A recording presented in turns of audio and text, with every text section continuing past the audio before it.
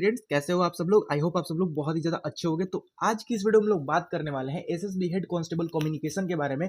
तो इस वीडियो में मैं आप लोगों को फिजिक्स के कुछ इंपॉर्टेंट क्वेश्चन कराने वाला हूं जो कि एसएसबी हेड कांस्टेबल के इक्विवेलेंट एग्जाम में बार बार रिपीट हुए हैं। तो इस वीडियो को पूरा एंड तक जरूर देखिएगा और जितने क्वेश्चन मैं आप लोगों को करा रहा हूं उनमें से आप लोग कितने क्वेश्चन कर पाए हो इसका जवाब आप लोग कमेंट सेक्शन में मेरे को जरूर बताइएगा।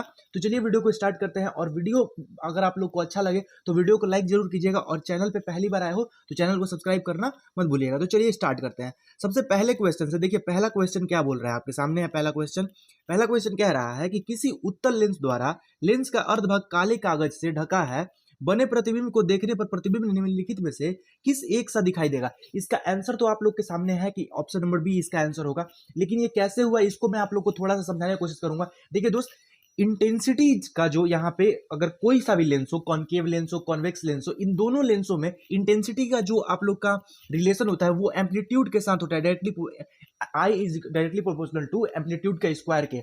इससे आप लोग को मैं जब आप लोग को व्यतिकरण चैप्टर जब आप लोग को व्यतिकरण टॉपिक जब आप लोग को पढ़ाऊंगा तो उसमें मैं आप लोग को अच्छे से और इसको समझा दूंगा, ठीक ना। अभी आप लोग बस इतना समझ लीजिए कि इंटेंसिटी जो होता है वो एम्पलीट्यूड के स्क्वायर के प्रोपोर्शन होता है। तो यहाँ पे जब भी अगर आप लोग काले कागज से ढकिएगा, वैसे कागज से ढकिएगा जो कि आप लोग का उष्मा का जो अवशोषण करता है, सबसे ज्यादा अपने अंदर अवशोषित कर लेता है उष्मा को, वैसे कागज से अगर आप लोग ढकिएगा तो उसमें क्या होता है, उसके इंटेंसिटी का हानि होता है।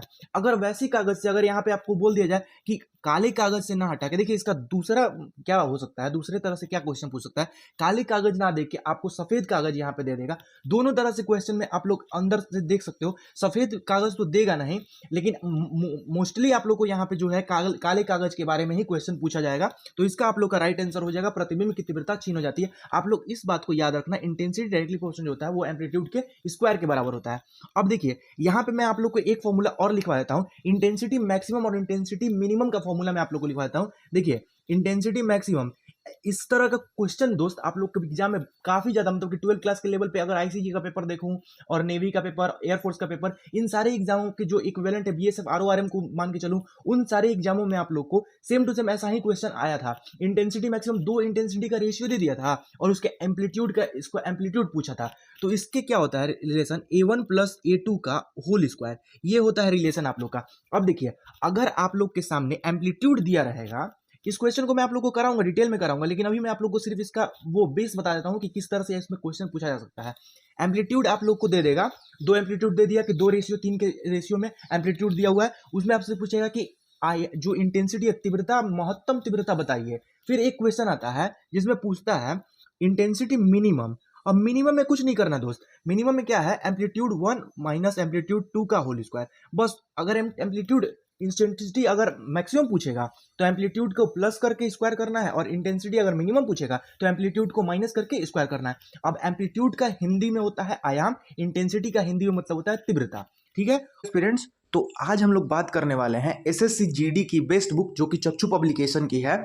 इस बुक की खासियत यह है दोस्त कि आप लोग को हर एक चैप्टर, हर एक सब्जेक्ट का जो एक्सप्लेनेशन होता है, जो आप लोग के प्रीवियस ईयर क्वेश्चन आए हुए हैं उसको एक जगह करके दे दिया गया है। आप लोग उसको आराम से लगाओ और उसको लगा के आप लोग को कॉन्फिडेंस मिलेगा कि हाँ, मैं कितने क्वेश्चन को, जो प्रीवियस ईयर में क्वेश्चन पूछे गए हैं उसमें से मैंने कितने क्वेश्चन कर दिए और कितने क्वेश्चन मेरे से नहीं रह गए। और जो इसका एक्सप्लेनेशन दिया गया है ना दोस्त, वो मेरा पर्सनल फेवरेट है, क्योंकि काफ़ी अच्छे तरह से इसका जो एक्सप्लेनेशन किया गया है, बहुत ही लाजवाब ढंग से इसका एक्सप्लेनेशन किया गया है। और अगर आप लोग इसको गाइड को पढ़ने के बाद अगर आप लोग इसका प्रैक्टिस सेट लगाना चाहते हो तो वो भी अवेलेबल है आप लोग के पास, मैं आप लोग को उसको भी, ये दोस्त आप लोग का स्टडी गाइड और स्टडी प्रैक्टिस सेट जो भी है दोनों, ये आप लोग का चक्षु पब्लिकेशन का, ये आप लोग का स्टडी गाइड हो जाएगा और ये आप लोग का प्रैक्टिस सेट हो जाएगा। अगर आप लोग स्टडी गाइड को पहले पढ़ लेते हो, उसके बाद अगर आप लोग प्रैक्टिस सेट लगाते हो तो आप लोग को काफ़ी ज़्यादा फायदा होगा।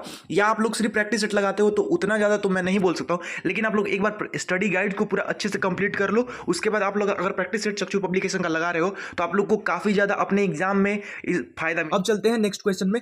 ये क्वेश्चन काफ़ी ज़्यादा इंपॉर्टेंट दोस्त। अब देखिए थ्योरी वाले क्वेश्चन को भी हम लोग को करते हुए चलना है। न्यूमेरिकल क्वेश्चन मैं आप लोग को पार्ट 2 में कराऊंगा और वो क्वेश्चन आप लोग को ऐसे ऐसे मैं करा दूंगा ना, जो कि आप लोग के अगर उस तरह के कॉन्सेप्ट बेसिस आप लोग के सवाल आएंगे तो आप लोग आराम से उसको कर ले जाओगे। सबसे पहले क्वेश्चन को इसको देखते हैं, इसको ध्यान से देखिएगा दोस्त। यदि कोई गैस बॉयल के नियम का पालन करते हैं तो उसके पीवी व पी के बीच का ग्राफ क्या होता है। इसको देखिए, इसको वीपी भी बोल सकते हैं, ठीक है ना। अब देखिए वैल्यू ऑफ कांस्टेंट प्रेशर इसको बोला जाता है, ठीक ना, क्योंकि अब देखिए बॉयल का नियम क्या होता है, बॉयल का नियम किस पे काम करता है, आप लोग को जिसको पता है वो मेरे को कमेंट सेक्शन में बताएगा। बॉयल का नियम देखिए यहाँ पे ध्यान देता हूँ, एक होता है बॉयल का नियम, एक होता है आपका चार्ल्स का नियम। तो जो चार्ल्स का नियम होता है वो कांस्टेंट प्रेशर पे काम करता है और बॉयल का नियम नियत ताप पे काम करता है। अब नियत ताप पे काम करेगा तो यहाँ पे दो चीजें क्या दी हुई है उसको ध्यान दीजिएगा। पीवी दिया हुआ है और पी के बीच का यानी कि प्रेशर और वॉल्यूमेट्रिक प्रेशर के बीच में ग्राफ बताना है कि आप लोग का क्या होगा इसमें आंसर, ठीक ना। इसका देखिए इसका ऑप्शन है आपके अति परवलय है, पीवी अक्ष के समांतर सरल रेखा, पी अक्ष के समांतर सरल रेखा, मूल बिंदु से गुजरती पी अक्ष से 45 डिग्री के कोण पर सरल रेखा। इसका जो राइट आंसर होगा ना दोस्त वो होगा आपका पी अक्ष के समांतर सरल रेखा। अब ऐसा क्यों हुआ ये मैं आप लोग को समझा रहा हूं, ध्यान से देखिएगा। अब देखिए अगर मैं आप लोग को एक बताऊं, अगर देखिए यहाँ पे बॉयल के नियम पे क्या होता है, हम लोग का टेम्परेचर कांस्टेंट होता है, तो हम लोग किसके बीच हम लोग ग्राफ डिसाइड करेंगे। देखिए क्या क्या होता है, P V is equal to N R T. यहाँ पे जो होता है एन वो नंबर ऑफ मोल्स भी यहाँ पे कह सकते हैं हम लोग, और आर जो होता है वो सार्वत्रिक नियतांक यानी गैस कांस्टेंट भी बोला जाता है इसको आर को, और टी जो होता है वो टेम्परेचर के बीच होता है, और वी जो होता है वॉल्यूम होता है, पी जो होता है प्रेशर होता है। ये आप लोग का इक्वेशन ऑफ गैसेज है, ठीक ना, इसको ध्यान दीजिएगा। अब अगर मेरा ये जो है जो टेम्परेचर है ये मेरा क्या है नियत है यानी कि कांस्टेंट है, मेरे को टेम्परेचर से नहीं मतलब है। तो अगर मेरे को पी और वी से मतलब है तो पी जो होगा वो इनडायरेक्टली प्रोपोर्शनल होगा, प्रेशर जो होगा इनडायरेक्टली प्रोपोर्शनल होगा वॉल्यूम के। ये किसमें ऐसा होता है, तो ये व्युत्क्रमानुपाती होता है बॉयल के नियम में, इसको ध्यान दीजिएगा। तो यही बात हुई यहाँ पे कि अगर कांस्टेंट वॉल्यूम रहेगा यहाँ पे तो उसमें क्या होता है आपके पी अक्ष के समांतर होगा। अगर यही बात आपके टेम्परेचर के डायरेक्ट बता देता तो सीधा आप लोग बोल सकते थे कि वो सरल रेखा के तौर पर आप लोग का बनेगा, ठीक है। अगला क्वेश्चन पे आई होप आप लोगों को समझ में आ गया होगा ये क्वेश्चन। दूसरा क्वेश्चन मैं इसीलिए इस क्वेश्चन पे काफी ज्यादा समय दे रहा हूं कि आगे आने वाले जो भी कॉन्सेप्ट मैं आप लोग को डिलीवर करने वाला हूं वो आप लोग को ध्यान से समझ में आ जाए। अब देखिए ये क्वेश्चन क्या है, निम्नलिखित राशियों में से कौन सी राशि सभी गैसों के लिए समान ताप पर समान रहती है। ध्यान दीजिएगा ये क्वेश्चन काफी इंपॉर्टेंट है। द्रव्यमान, चाल, संवेग, गतिज ऊर्जा। इस क्वेश्चन का आप लोग का राइट आंसर जो हो जाएगा वो गतिज ऊर्जा हो जाएगा। ध्यान दीजिएगा अब ये कैसे होता है, समान गैसों पे सभी जगह किस तरह से होती है। तो देखिए इसके लिए आप लोग अगर आप लोग को मैं आप लोग को समझाने की कोशिश करूं तो उसको ध्यान से देखिएगा, क्योंकि आप लोग इस क्वेश्चन को जो इंपॉर्टेंट क्वेश्चन है उसको मैं आप लोग को मार्क करा देता हूं। ये क्वेश्चन काफी इंपॉर्टेंट है क्योंकि दिए गए ताप पर समान होती है, किस ताप पर समान होती है। तो अगर मैं आप लोग से बोलूं कि काइनेटिक एनर्जी का कोई ऐसा फॉर्मूला अगर आप लोग को पता हो जिसमें कि आप लोग को टेम्परेचर के बारे में देता हो तो वो आप लोग बोलोगे कि सर टेम्परेचर के बारे में तो कोई सा ऐसा फॉर्मूला मेरे को नहीं पता है, लेकिन वॉल्यूम के बारे में अगर आप वेलोसिटी के बारे में पूछोगे तो वेलोसिटी से वैसा कोई फॉर्मूला आता है कि VRMS इज इक्वल टू √3 ये आप लोग फॉर्मूला पढ़े होंगे। अगर वेलोसिटी का बात करूं मैं यहाँ पे, क्योंकि काइनेटिक एनर्जी में हमको क्या होता है वेलोसिटी पता चलता है, और वेलोसिटी के कारण अगर आप लोग देखेंगे तो 3RT/m। अब रूट मीन स्क्वायर वैल्यू वाला जो ये यहाँ पे वेलोसिटी है इसको अगर हम लोग काइनेटिक एनर्जी के जो स्टैंडर्ड फॉर्मूला होता है यानी कि स्टैंडर्ड फॉर्मूला क्या 12mv², अगर v स्क्वायर के v के जगह पे मैं ये चीज डाल दूं, अगर इसके अंदर पुट कर दूं तो इसमें क्या मेरे को मिलेगा, इसमें मेरे को क्या क्या मिलेगा इसको ध्यान दीजिएगा दोस्त, ठीक ना।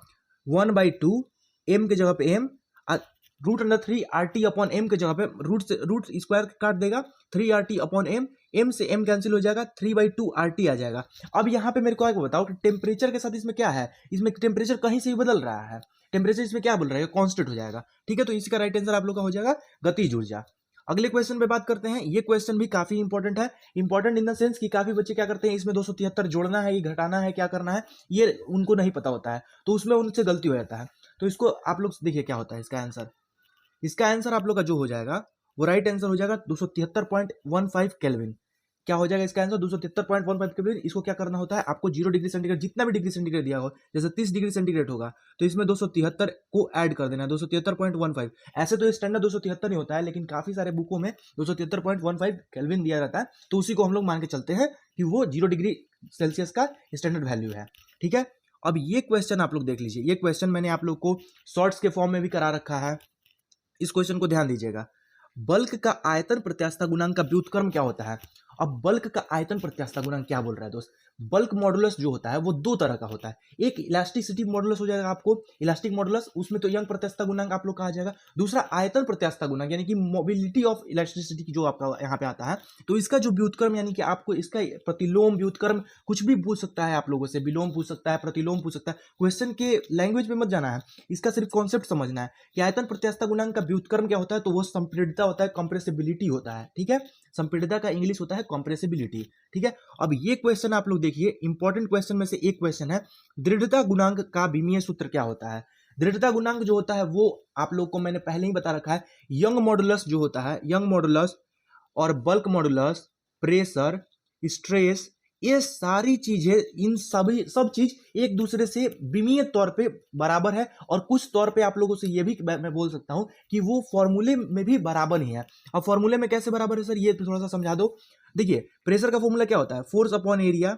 अब अगर मैं आप लोगों को बताऊं कि स्ट्रेस का क्या फॉर्मूला होता है, तो स्ट्रेस का फॉर्मूला क्या होता है, स्ट्रेस में आपका होता है फोर्स अपॉन एरिया, स्ट्रेस भी वही होता है। तो आप लोग यहां से निकाल सकते हो कि दृढ़ता गुणांक जो है वो प्रेशर के बराबर है, तो हम क्यों ना प्रेशर का ही डायमेंशन निकाल के दृढ़ता गुणांक के बराबर रख दूं। समझ रहे हो मेरा बात। तो फोर्स का जो क्या होता है, M L T minus two. देखो दोस्त, फोर्स का भी मैं आप लोग को निकाल सकता हूं, फोर्स का भी मैं निकाल के दिखा दूंगा, लेकिन फोर्स का आप लोग कम से कम याद रखो, एरिया का एल स्क्वायर होता है, एल स्क्वायर से एक एल कट जाएगा, तो एम रहेगा, एल ऊपर जाएगा तो माइनस का हो जाएगा, यानी कि M L minus one T minus two. आपका ऑप्शन नंबर सी करेक्ट हो जाएगा। अब देखिए दोस्त, यहां पे मैं आप लोग को एक क्वेश्चन दे रहा हूं, उस क्वेश्चन का आप लोग क्या कीजिएगा, कैपिटल जी का मेरे को डायमेंशन बताइएगा, जिसको भी डायमेंशन आता होगा कैपिटल जी का। कैपिटल जी यानी कि कौन सा जी, तो ग्रेविटेशन कांस्टेंट वाला मैं जी के बारे में पूछ रहा हूं। ठीक है, आप लोग इसको बताइएगा।